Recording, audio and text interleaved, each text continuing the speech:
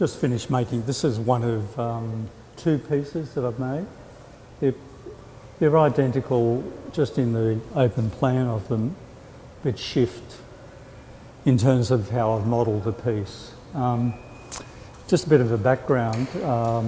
I'm the co-founder with Narelle, Paul and Tess, which is First Draft in 1986. And it was a really interesting period. As Marilyn was sort of speaking before, I felt it was a really fertile time for a lot of people because there was a lot of crossing over through different disciplines. And the one major reason of opening First Draft was that everyone was not making paintings for commercial galleries. They were making hybridised work. It might have been sculpture into painting, photography into painting. It was just a fluid ground. And I remember a show we had with 4 women, and the way in which they collaborated, they were discrete works, but they wanted to set up a conversation between themselves about how they place the work in the space. And so what would happen is you would have a wall work and then you would have a sculpture nearby, so you could never see the whole object or the whole painting at once, so it was a fragmentation. And that reminded me about when you go to Europe and you go to a church, you'll see a beautiful altar and beautiful paintings, and then you'll see this little daggy painting that someone's brought in as a devotion. So that's sitting against this magnificent painting and this daggy thing. So I'm just interested in how people collaborate, and I'm particularly interested in how we collaborate in space. And I'm interested in how the function of the body is present in all actions that we take when we make a piece of work. So my mirror piece really comes from a series of accidents. I bought the mirror sections about 3 years ago, and they were just sitting in the studio, and I did have a definite idea, but it just lapsed into one of those things that it would come through somewhere. And one day I just picked up a mirror and I put a bit of timber on it, and it started a chain reaction. So most of my work really at present, and probably maybe for a long time, is how we move through architecture, the history of architecture, and the way in which we see. And I'm very interested in that we do see, we do gaze out there, but most of the time when we do it through naming something. You know, it's the car against the building, it's the shop front against the footpath. And I'm really interested in about how we need to slow down and really take on the notion of looking more deeply. And for an artist, I think that's a really important thing. So I'm interested in the fragmentation, in the overlap, the collision between fragments to create new systems of perception over the function of seeing. This took me about 6 weeks to make. So I'm very interested in process. I'm very interested in how we use time, the event of time in relationship to making. I'm like Sarah, I'm a hardcore maker. I like making objects. I like making paintings. And I like the slowness of what making gives me, basically. Because I can't rush this sort of thing. I can't rush art. It's very important for me to slow down to the pace of the work and to be present for things to happen. And I'm willing to wait quite a long time for those things to occur. Now, they don't necessarily need to be intellectual moments, they're just moments of recognition in what we do and that accumulated experience of making things. And I've enjoyed making this because I didn't know what the outcome was. It's a risk take when you make anything. I did know that this angle in here was a very important term in geometry. It's called a re-entrant angle. So it's about an implosion, a kind of compression of the form. So, and you can see if you drew a line around it, it's a rectangle. So I'm collapsing the rectangle to find a new form within that rectangle. And I'm just interested in the way in which the eye can travel around and through this piece of work, and how the work is activated by my body passing across it all the time. So my fragment is fragmented and the piece is in a state of fragmentation.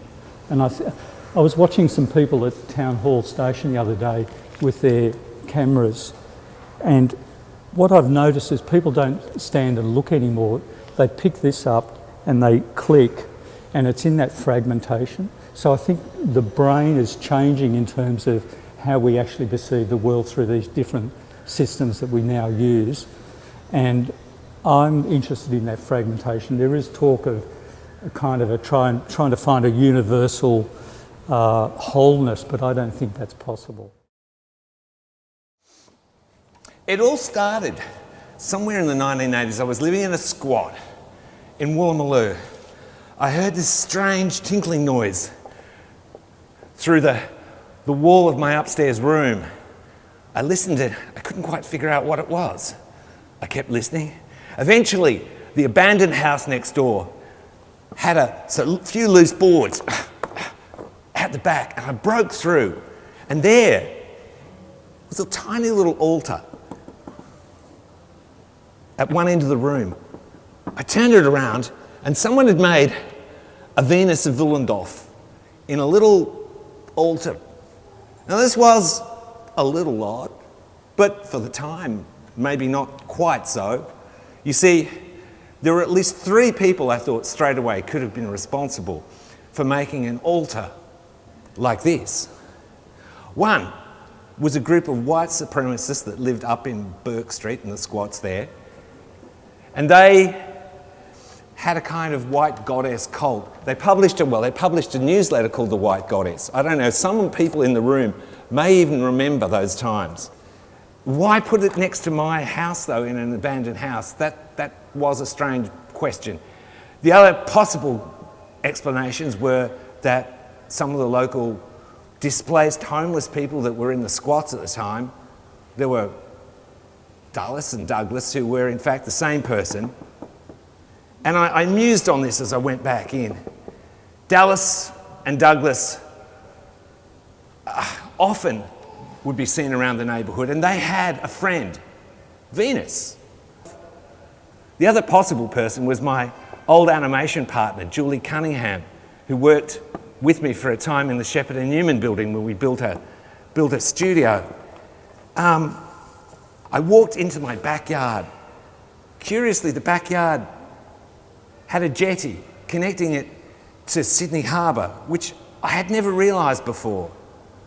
There was a boat there, so I got in the boat and rowed down through the suburbs of King's Cross and Darlinghurst. There was a swamp somewhere around East Sydney, and there, sitting on a little patch of dry ground, was George Swartz with his Great Dane. Clarice was sitting beside him, and then all of a sudden, Clarice hopped in a big convertible covered with strange collage and screeched around. George hopped in beside her, and they said, "We've got to get out of here. The termites, it's the termites." What termites, I said. But I kept walking. I walked down a laneway, and there was the Shepherd and Newman building. But I had never realised before that as far as it went up into the air, it also went down. There were 5 floors below ground level that I'd never realised were there before. I walked in and wandered around. Michael Rolfe was sitting on a large chair, meditating. "Hey, Michael," I said, "what up?" "Oh, John, I'm going to start a gallery, a big regional gallery." But Michael, that's ridiculous. We're right next to the CBD. You won't be able to do it." Yes, I will. All I've got to do is extend the building down further into the ground, and eventually we'll be far enough from the CBD to get a regional status. Before I knew it, there was a knock on the door. George had come back, but he had a completely different look about him. In fact, I realised it wasn't George. It was just happened to be looking very the same. It was an exterminator. He looked at me with professional fascination and said, "Boy, bad termites, eh?" "Really? Are there good ones and bad ones?" I said. No. I mean, you've got a lot of them." "Oh, bad as in a lot. Right. Okay." He said, "I don't know what you're going to do about it. Amazingly, none of the wood in your house is touched. Yeah, that does seem strange. So, what up? I looked at him, he looked at me. I looked at him, he looked at me. I looked at him, he looked at me. I looked elsewhere. A second or so passed. In that second, I could see flocks of termites forging out from my building every day, wreaking havoc on the nearby wood. My body space had become pregnant with consciousness, a new consciousness. I realised that despite all the life forms that I'd eaten or had been dispatched on my behalf to live the lifestyle I lived in the Western world, that I was still irrevocably a nature lover. I looked at him, and then he had a strange look in his eye. I realised he's preparing the pitch. When I started to think about this, and I realised if you put all those termites together, what would they look like? They'd be probably the size of a dog. But then I realised, no, this is a huge nest. It'd be probably like the size of a horse altogether. Anyway, he'd been talking, and I can't remember what, but all of a sudden, a lucky man, he said. Well, why's that? Well, he said, I don't know what your neighbours are going to think of you. I suddenly realised my neighbours, Titania is not just a neighbour. She is my special friend, special neighbour. I do not want this relationship with Titania to be interfered with by some pesky insects. He said, you better do something about this. I came back inside and was amazed. When I looked in the mirror, I looked totally different.